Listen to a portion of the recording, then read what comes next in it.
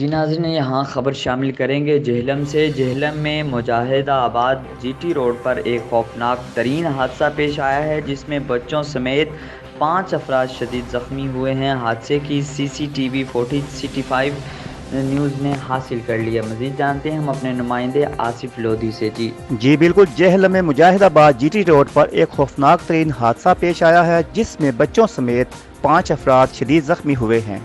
हादसे की CCTV footage city 5 TV ने हासिल कर ली है।